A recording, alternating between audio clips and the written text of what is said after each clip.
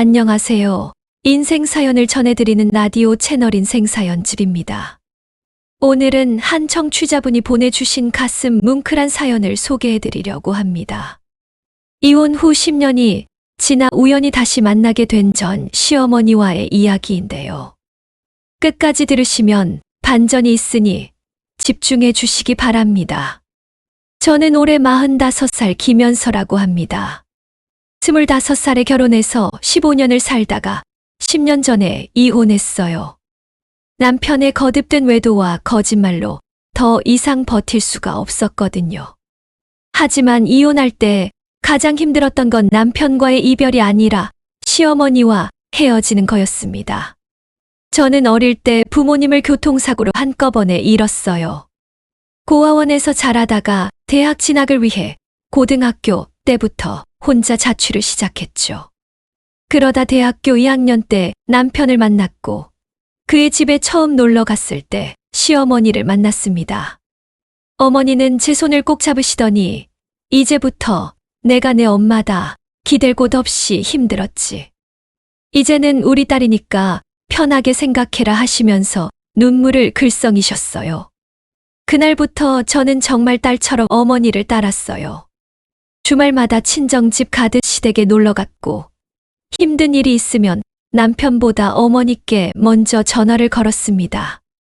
어머니도 저를 친딸처럼 아꼈어요.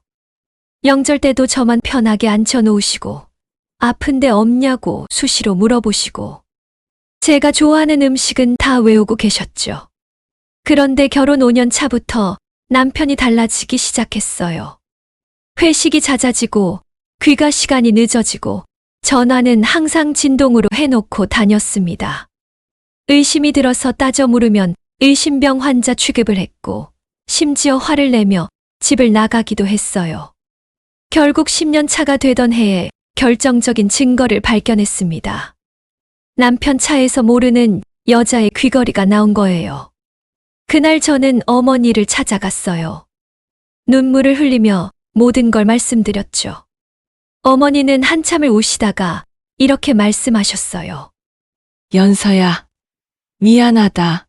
내가 아들을 잘못 키웠구나. 너를 이렇게 아프게 할 줄 알았으면 처음부터 만나지 못하게 했을 거야. 이혼해라. 내 인생 더 망치지 말고. 그렇게 이혼을 했습니다. 이혼 후 전 남편은 바로 그 여자와 재혼을 했고 저는 새로운 삶을 시작하려고 다른 도시로 이사를 갔어요. 하지만 시어머니 생각이 너무 많이 났습니다. 몇 번이나 전화를 걸려다가 멈췄어요. 이제 남이 됐는데 연락하는 게 맞나 싶어서요. 시간이 지나면서 점점 그 그리움도 희미해졌고 저는 일에 몰두하며 지냈습니다. 그러던 어느 날 10년이 지난 지금 낯선 번호로 전화가 왔어요. 받아보니 전 남편의 목소리였습니다. 연서야, 나야 갑자기 연락해서 미안한데 어머니가 위독하셔. 말기암이야. 이제 시간이 얼마 안 남으셨대. 그런데 어머니가 계속 너를 찾으셔.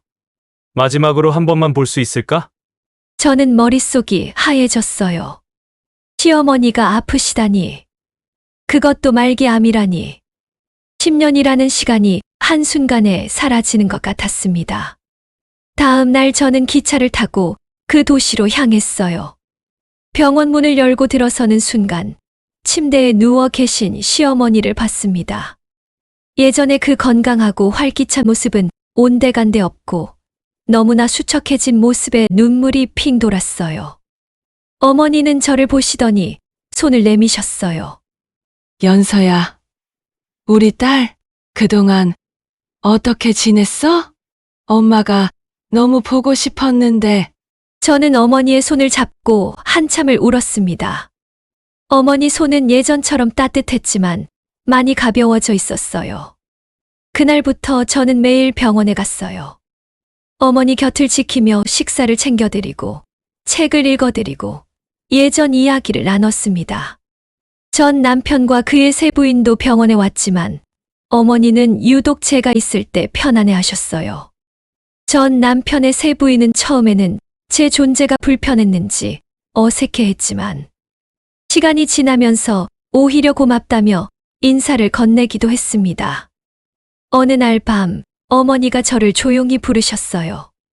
다른 사람들은 다 자리를 비워달라고 하시더니 제 손을 꼭 잡으셨습니다. 연서야, 엄마가 미안해. 이혼하고 나서 연락도 못했어. 내가 새 삶을 사는데 내가 방해될까봐 그랬어. 그런데 엄마 욕심이 있어. 이제 얼마 안 남은 것 같은데 마지막으로 부탁 하나만 들어줄래? 저는 어머니의 손을 꼭 잡으며 말했어요. 어머니, 무슨 말씀이세요? 뭐든지 말씀하세요. 그러자 어머니는 침대 옆 서랍을 가리키셨습니다. 저기 통장 하나 있어. 그거 너를 주려고 만든 거야. 이혼하고 나서 엄마가 조금씩 모은 거야. 내가 고생할까봐 걱정돼서. 그리고 이거 엄마가 쓴 편지야. 꼭 읽어봐. 저는 떨리는 손으로 편지를 펼쳤습니다. 거기에는 이런 내용이 적혀 있었어요. 연서야, 이 편지를 읽고 있다면 엄마는 아마 떠났을 거야. 미안해. 살아생전에 이 말을 하지 못해서. 사실 내가 이혼할 때 엄마도 너무 속상했어. 내 아들 때문이 아니라 너를 보내야 한다는 게 슬펐던 거야. 너는 엄마에게 늦게 찾아온 진짜 딸이었어.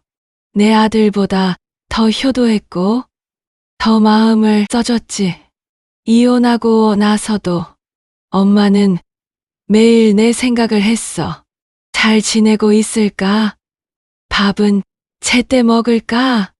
아픈 데는 없을까? 그런데 연락할 수가 없었어. 이제 남이 됐는데 엄마가 내 인생의 짐이 될까봐. 그래서 이렇게 편지로 마음을 전해. 연서야, 엄마는 내가 정말 행복했으면 좋겠어. 좋은 사람 만나서 사랑도 받고 내가 받았던 상처들 다 치유받고 웃으면서 살았으면 좋겠어. 그리고 가끔, 아주 가끔이라도 엄마 생각해줘. 엄마는 저 세상에서도 널 응원할게. 사랑한다. 얘 딸. 편지를 다 읽을 때쯤 저는 소리내어 울고 있었어요. 어머니도 눈물을 흘리며 제 손을 쓰다듬어 주셨습니다. 그날 밤 어머니는 제 손을 잡은 채 잠드셨고 이틀 후 조용히 눈을 감으셨어요. 장례식장에서 저는 상주석에 앉았습니다. 전 남편이 권했어요. 어머니가 당신을 딸로 생각하셨으니까 당신도 딸로서 조의를 받아야 한다고요. 조문객들 중에는 제가 전 며느리라는 걸 아는 분들도 있었지만 아무도 이상하게 생각하지 않았어요. 오히려 효부라며 칭찬하시는 분들이 많았습니다. 장례를 치르고 나서 전 남편이 저를 조용히 불렀어요. 그리고 두꺼운 봉투 하나를 건넸습니다. 이거 어머니가 당신 주라고 하신 거야. 어머니 유언이 하나 더 있는데 나중에 당신이 결혼하게 되면 이 봉투를 열어보래. 그때까지 잘 보관하고 있어. 저는 그 봉투를 받아들고 한참을 바라봤어요. 전 남편은 말을 이었습니다. 연서야, 미안해. 내가 너무 못났어. 당신 같은 사람을 잃은 게 내 인생 최대의 실수였어. 어머니가 돌아가시기 전에 나한테 말씀하셨어. 연서를 놓친 게 내 인생 최대의 잘못이라고. 그렇게 저는 다시 제 도시로 돌아왔습니다. 어머니가 모아주신 통장에는 5천만 원이 들어 있었어요. 10년 동안 조금씩 모으신 돈이었습니다. 그리고 2년 후, 저는 정말 좋은 사람을 만나 재혼을 하게 됐어요. 결혼식 전날 밤, 저는 어머니가 남기신 봉투를 열었습니다. 그 안에는 또 다른 편지와 함께 예물 반지 하나가 들어 있었어요. 편지에는 이렇게 적혀 있었습니다. 연서야, 새로운 사랑을 만났구나. 축하해. 엄마는 이날이 올 줄 알았어. 이 반지는 내 시할머니께서 엄마한테 주신 거야. 대대로 내려오는 가부야. 엄마는 이걸 진짜 딸에게 물려주고 싶었어. 그러니까 내가 가져. 행복하게 살아라. 엄마는 언제나 너를 지켜보고 있을게. 저는 그 반지를 끼고 결혼식장에 들어섰어요. 예식이 끝나고 부케를 던질 때 하늘을 올려다보며 속으로 말했습니다. 어머니, 사랑했어요. 그리고 고마워요. 제가 이 세상에서 진짜 엄마를 만난 건 어머니가 처음이었어요. 이제는 행복하게 살게요. 하늘에서 지켜봐 주세요. 지금 제 옆에는 사랑하는 남편이 있고 얼마 전에는 딸도 태어났어요. 딸의 이름은 시어머니의 이름에서 한 글자를 따서 지었습니다. 딸아이가 크면 할머니 이야기를 많이 들려줄 거예요. 혈연으로 맺어지지 않았지만 그 누구보다 진한 사랑을 나눴던 우리의 이야기를요.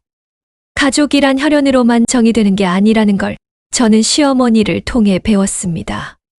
진심으로 서로를 아끼고 사랑한다면 그게 바로 가족이에요.